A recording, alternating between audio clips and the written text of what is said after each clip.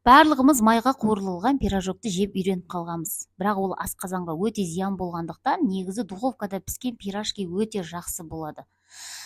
Ал кеттік достар, қыс мезгілінде осындай дәмді пирожкиді бірге дайындайық. Ол үшін бізге жылы сүт керек болады.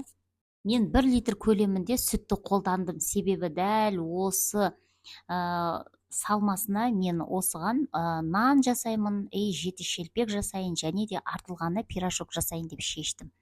Жылы сүтімізге 1 қасық сұйық майды құйдым, тұз салдым, сосын дрожжиді салып, осылай 10 минутқа қойып қойдым. Сол арада дайын болғанша картошкамды жақсылап жуып, оны сыртын ашып, турап, газге қойып қойдым.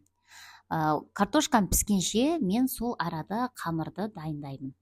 Ал мінекей қыздар, қараңыздар, осылайша дрожжиді 10 минут қойғаннан кейін біз үстінен електен өткізілген ұнды сеуіп, жұп-жұмсақ, қолға жабыспайтын әдемі қамырымызды жасайтын боламыз.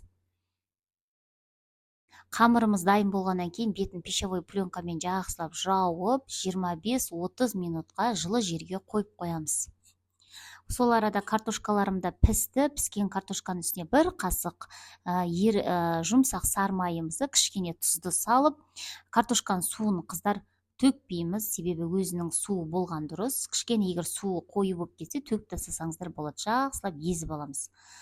Ашыған қамырымызды дөңгелектеп, неше түрлі бөлшектерге бөліп аламыз.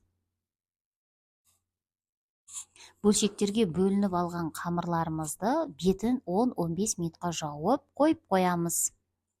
Оны дөңгелектеп жақсылап жаямыз да, арасына езілген картоптарымызды шетінен салып түйеміз. Барлық қамырымызды осылай дөңгелектеп жайып, арасына осылай езілген картоптарымызды салып, жақсылап түйіп шығамыз. Сол арада духовкамызды қыздырып қоямыз, қыздар. Дәл осы қамырдан, қыздар, мен 1 нан жасадым, пирожок пісірдім, және де 7 шелпегімді пісірдім. Міндетті түрде сіздер де осыны жасап көріңіздер. Өте дәмді шығады. Бір тестамен неше түрлі тағамның түрлерін дайындауға болады. Пирожоктардың барлығын осылайша түйіп, бетіне жұмыртқаны жақсылап жағып шығамыз да, қызып тұрған 180 градуста 35-40 минутта жақсылап пісіріп алатын боламыз.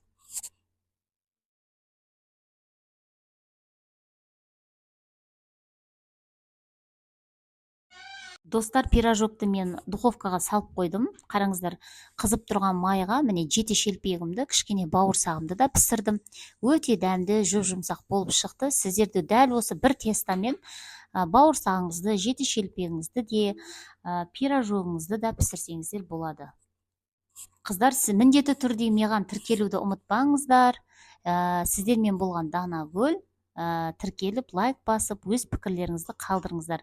Дәл осы рецептпен сіздер де жасап, бала шағаңызды, отбасыңызды қуантуды ұмытпаңыздар.